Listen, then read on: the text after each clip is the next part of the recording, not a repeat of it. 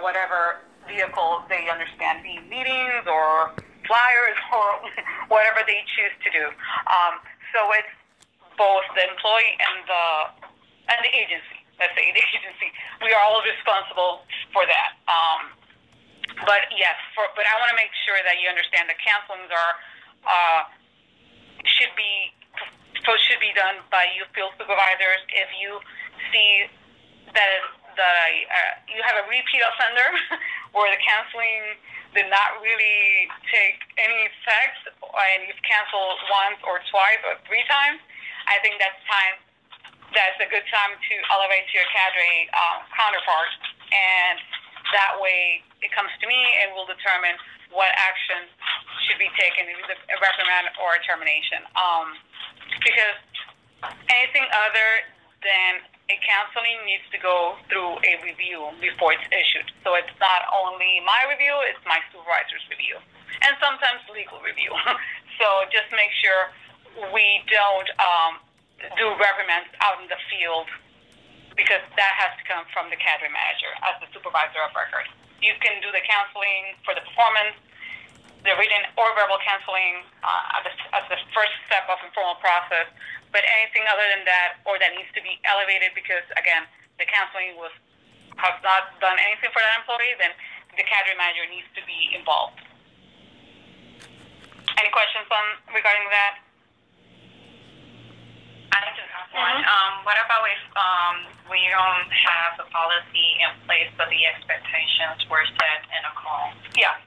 That would serve us well? Yes, because that might be failed to follow instructions. So if you instructed your reservist to do X, Y, and Z, because, that's the way you guys do the process, then yes, that will be failed to follow instructions if they do not follow that. It would not be failed to follow agency policy, because maybe it's not really an agency policy, but it is an instruction from your side, or a policy within the cadre, right?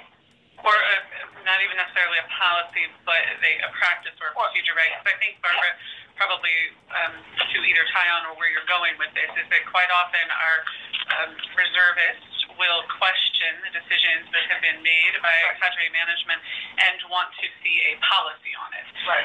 And we tell them there is not a policy that we do internal to the cadre, and we've announced this on cadre calls in the newsletter. However, we've addressed it multiple times, and this is the procedure that we are following, the criteria to be fair and reasonable to everyone, but quite often they get pushback on, show me the agency policy. Yeah, and as long as those instructions do not go against what the agency has out there that might be related, right? That's fine. I mean, every office has their own little set of rules, and again, as long as it doesn't go against anything that's out there in the agency that might pertain to that, then I mean, it is what it is. They have to follow instructions. Period. Again. That's where documentation is very important. So jumping into that, on slide number 6, the secret of good supervisors, like we've been talking, the communication, setting expectations, putting employees on notice of conduct and performance standards. So that's the first step. The documentation part, and that's really our make or break point. If we don't have documentation, you really don't want to take action without documentation, or we really can't take the action. It's going to be a he said, she said situation. You don't want to be involved with that situation. So document. If you have your cadre calls, for example, and you need to recap, I don't know how you guys do it, but you need to recap what was said, be a memo type or be an email to all. You do that. Have a paper trail, keeping your records. Yes, you were advised on, on next day. We've been discussing this since last year. So that way there's no doubt that the employee was put on notice. Because that's where, if we want to go with a failure to follow instruction charge, the employee, we will need to show, yes, you were aware of this instruction. I provided that instruction on next day. We received the email or whatever, the memorandum, the counseling, and that's how we document. Intervention and consultation, addressing the issue as promptly as it comes, calling me or calling your cadre managers for you field supervisors. That's very important. And ensuring that we treat all employees fairly and equitable. Because that's why we, in our side of the house, the ER side, we base our decisions not only on the facts of each case individually, but what we've done in the past for similar cases and similar situations. So that's why how the agency tries to be consistent in the disciplinary actions that's been taken. And but again, it's going to be based on the facts and circumstances surrounding the case. But that's where I come in and I recommend the cadre manager, no, let's do termination. We've done this before in the past. Or no, let's do a reprimand. Maybe the conduct does not amount to a termination. So just that's for you guys to have to be aware. So conduct and performance. So sometimes conduct and performance can be confused, and they're not the same, and they're not treated the same. When we talk about conduct, we're talking about behavior, right? Failure to follow instructions, AWOL, sleeping on duty, inappropriate behavior towards other employees. That's conduct. Performance, you need to think, can the employee do the job? Has the employee been able to perform the duties assigned to them? That's performance. So the terminology is important because not every conduct issue can become a performance issue. Sometimes they overlap. Sometimes you have an employee that is not there, absent, right? They don't go to the JFO. They don't report to work. So they have a leave situation, which is conduct, but it's also affecting their performance because they're not there. They're not meeting, deadlines, projects. So they overlap, but we need to make sure we can address them separately. And that's where field supervisors, when you do your performance evaluations at the end of the employee's deployment, you need to make sure we do not mix this with pleasure, right? Do not mix the performance with the conduct. If the employee was a good performer, you evaluate accordingly, even though the employee had a conduct issue. So if you have a conduct issue, you can document separately, and that's where we're going to document as it comes, right? You don't wait till the end of the deployment to then say on a performance evaluation, he's a reliable employee, however, he was always late, right? So you're mixing conduct and performance. We just want to see performance alone on that evaluation and the conduct on a separate documentation paper trail that you should have been gathering throughout the deployment if needed. But we should not be saying good performer, horrible customer service, or which that's performance too, but AWOL or too loud, or we need to make sure we can differentiate between performance. Can the employee do the job? Did the employee complete the job according to the standards? Or was this only conduct issue? It can be both. Sometimes it's both. But just make sure we do not mix them together on a performance evaluation.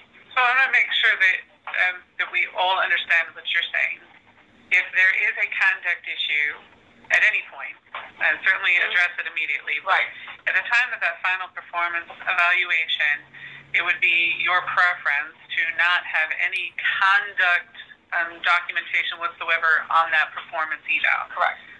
Even if you had been struggling with this for like the past 2 months and it was an ongoing issue and right. You don't want it there.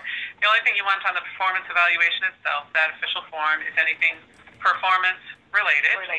if you needed to send a separate document that is not an evaluation form, but a separate document, an email, whatever, about the conduct issue. Right, so the cadre manager, is aware of what went on regarding the conduct. That's fine. I mean, you and the cadre, that's really something that you and the cadre manager can come up with. That's something I'm not going to be involved in, but like you say, make sure we do not mix them together. Good to know. Yeah. I received an evaluation from, it's another cadre, from a reservist who had, or has, conduct issues, purely conduct issues.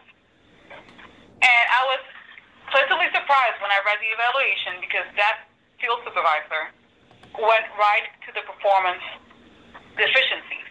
And it was rare for me to see because usually, and I understand it's not that easy. People do, mix both of them. And maybe what I'm going to do is I'm going to copy-paste the comment section, making sure we don't have anything that can be identify the employee. But so you can understand how the performance piece should be addressed or commented on that evaluation. I thought it was a really great comment because it was based directly and only on his performance, even though that employee had a lot of conduct issues. I do think that would be good for our staff to see some examples, best practices of how they should be documenting both of these things for to improve the performance of the employee, number one, and then if any disciplinary action needs to take place, that we have the information we need in the format we need to move forward, because they do ask that question a lot. So anything you can share would be great. Okay. Yeah. I'm going to make sure that because I don't want to have privacy concerns, but if I need to tweak it a little bit, I'll tweak it and make it. Yeah, because it was. I mean, I was pleasantly surprised. I tell you, I have not seen an evaluation so clearly marked with own deficiencies on performance, even though that employee was really a problem child out in the field. So that's what we really want to see. And I know our performance management counterparts are working on some other type of performance evaluation for reservists, but until that comes to fruition, we'll just work with what we have. Sounds great. Yeah. So for conduct,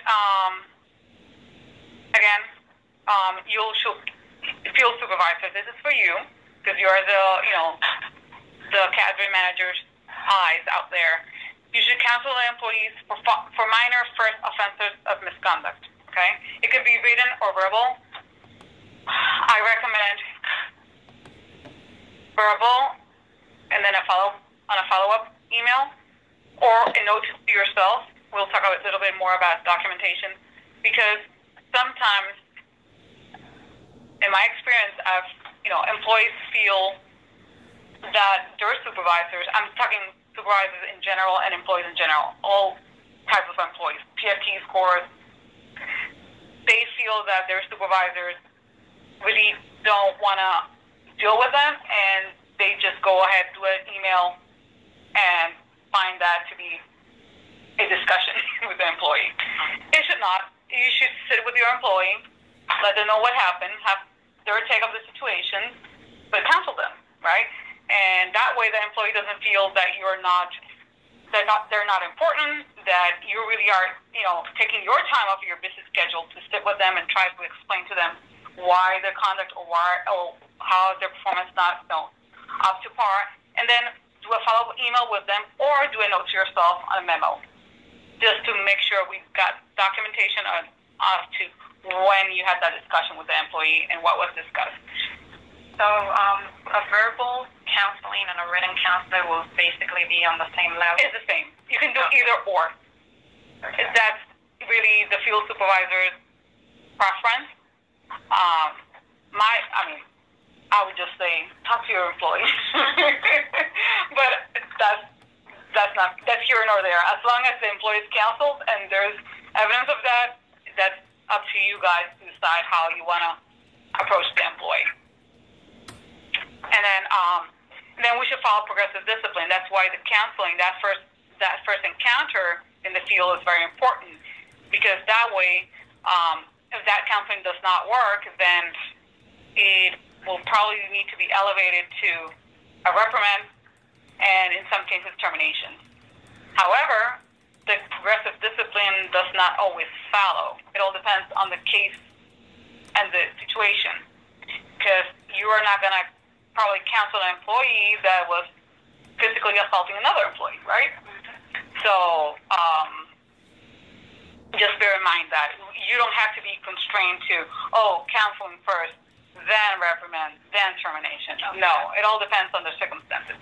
Usually, in my experience, it's really a counseling out in the field, talking to the employee.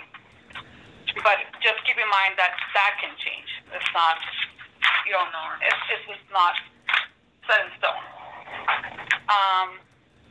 I'm going to read off slide number 8, where so counseling usually is, again, to correct misconduct soon after it occurs. And note that I said they're generally done by the field supervisor, because that's when it happens, and the cadre manager is not there. Minor offenses, coming in late, going out early, not showing up, falling asleep, all that stuff needs to be addressed immediately or in a timely manner. Counselings are usually for employees who have no previous misconduct, because if you already counsel an employee once or twice, it's time to elevate it and make sure that that message you're trying to, give that employee comes across. And again, keep a record of your conversation. You can do email to self again, or you can do a recap to that employee on an email. And it will not be placed on the employee's personal file. The reprimand, on the other hand, it's when the counseling you've done many times, once, twice, or 3 times, has not worked. It's been ineffective. The employee keeps coming late. The employee keeps not following your instructions. That's where you field supervisors need to alert your cadre managers, because reprimands will come from the supervisor of record. It cannot come from the field, because you're really not their supervisor of record. This is a formal discipline that will go into the personal file of the employee. So we need to make sure that the appropriate supervisor issues that reprimand. And again, it can be appropriate for a first-time offense depending on what the case, the situation is. And lastly, terminations. We're talking about reserve. That's why you don't see suspensions. Due to the nature of the reservist position and employment, which is intermittent, we don't do suspensions. We do, you can't suspend somebody that's not working, right? So it's really just, counseling, reprimand, or termination. So I have a question. It did not, wasn't generated here, but we had a training class recently, and I was asked a question about timeline. And I noticed in your slides, specifically under the reprimand, it just says if that counseling has been ineffective. But I'm not aware of any specific timeline. What I told the class was that it is going to depend on the situation, on the topic that they're trying to address, right, and that it would also potentially depend on the employee type and how they're going to handle that, right, and involving the appropriate resources at a field level like HR, ERO if necessary, maybe legal. Up here, it would be you and others in your office, but I just want to make sure that I'm not missing something. There are no actual timelines for correcting behavior. No. Right. It is all dependent on what you're trying to correct. Correct. Okay. And the more timely, the better. We don't want to sit on an action that you already know is going, a conduct that's already happening, and then 6 months later down the line, by the way, Barbara was failing to follow my instructions again. Just right. It's timely. There's no timeline. But the sooner the better. And again, because if you have a reservist out in the field, which you have counsel regarding their lateness, they are supposed to be reporting to work at 8 o'clock in the morning, and 3 out of 5 days they come in at 10. Yeah, that's something you counsel once. Maybe you give them another nudge, a second nudge, but if they continue that, that conduct, that's when a reprimand will probably come into place, because that's going to affect the mission of the disaster, and it's going to be a burden to all other coworkers, because everybody's going to take the slack of somebody who's not there. So along that line, and I don't know if it's in this presentation, do you talk about, often we'll have FCOs who say, that's it, that person is going home. I'm done with that. From our perspective, we're looking at, and I'm asking the question, did you give them time to change that behavior or improve their performance? And the branch directors sometimes are caught right in the middle and don't quite know how to address that. So do you have any, is there something in the presentation? It's not, but I'll address it, and it's a good question. I, as an ER specialist, I will not